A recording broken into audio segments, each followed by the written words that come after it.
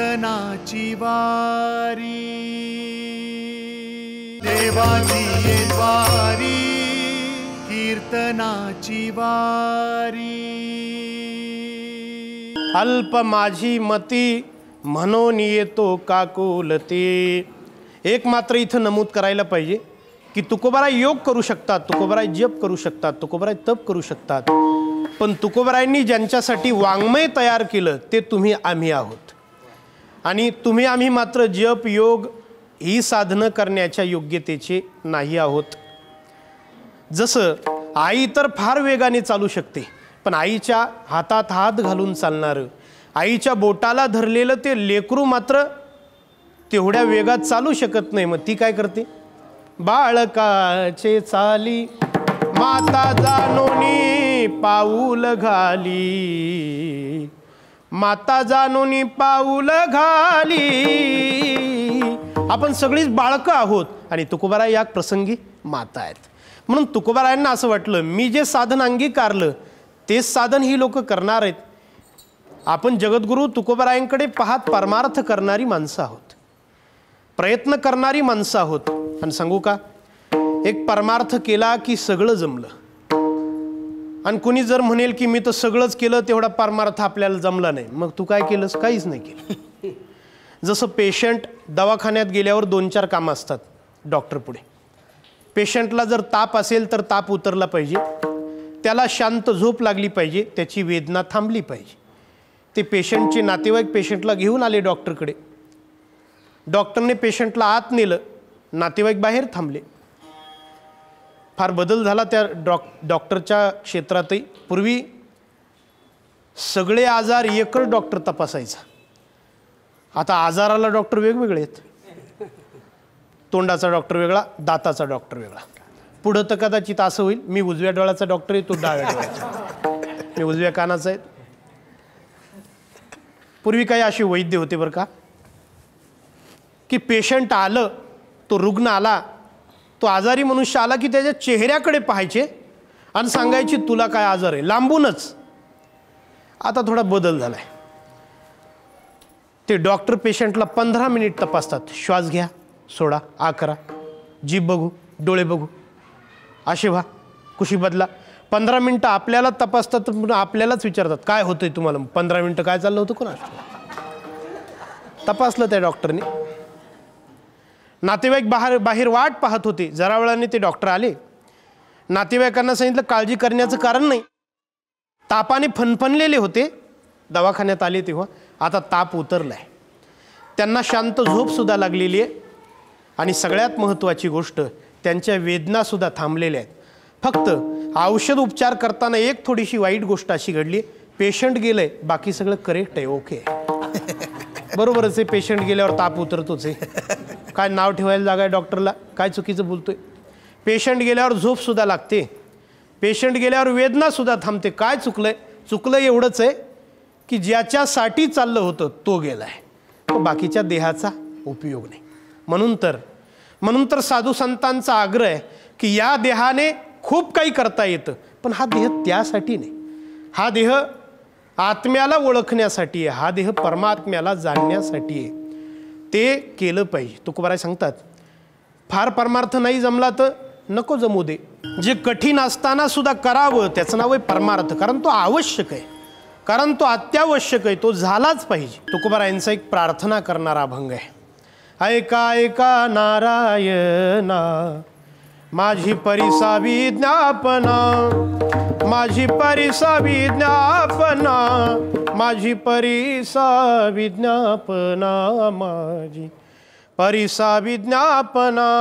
माय बाप बंधुजन तुची सोयरा सज्जन, कागा सासुरवाशी मज केले भगवंता, आपुलिया सत्ता स्वाधीनता ते नाही। तुकोबारायांची ही देवापुढे प्रार्थना आहे। खरं म्हणजे प्रार्थनेसारखी ताकद या जगामध्ये दुसऱ्या कुठल्याच साधनामध्ये नाही, पण प्रार्थनेसाठी 2 अटी आहेत, ज्याच्याकडे करायची त्याच्यावर विश्वास असावा, त्याचं मोठेपण मान्य असावं, आणि आपण अपूर्ण आहोत, आपण अपुरे आहोत, आपण लहान आहोत, आपण दरिद्री आहोत, हे आपल्याला मान्य पाहिजे। माणसं का म्हणून लहान व्हायला तयार नाही कुणास ठाऊक, पण साधू संतांचं तर म्हणणं आहे, देवा मोठं करूच नको, लहान असू दे. लहानपणातलं सुख मोठं आहे आणि मोठेपणातलं दुःख ते सुद्धा मोठंच. निवृत्तीनाथ महाराज, माऊली, सोपान काकान मुक्ताई. पण मुक्ताईला नेहमी रडण्याची परवानगी, मुभा, कारण लहान आहे ना, पटकन मोकळं मन करता यायचं, पटकन रडता यायचं. सोपान काकाची मांडी होती ना हक्काची. सोपान काका रडले की माऊलींचा खांदा, आधाराचा खांदा. माऊली रडले की निवृत्तीनाथ महाराजांचे शब्द होते, सुखावणारे, धीर देणारे, दिलासा देणारे. पण निवृत्तीनाथ महाराज मोठे म्हणून आयुष्यात कधीच प्रगटपणे, जाहीरपणे रडता नाही आलं. नेहमी अश्रूंना बांध घातला. नेहमी निवृत्तीनाथ महाराजांनी अश्रू अडवले. का म्हणून? जयांगी मोठेपण तया यातना कठीण, लहानपण देगा देवा. जगद्गुरु तुकोबाराय सांगताय, देवा मी लहान बरा आहे. का म्हणून? प्रार्थना करता येते. लहान बरा आहे. का म्हणून? मागणं मागता येतं.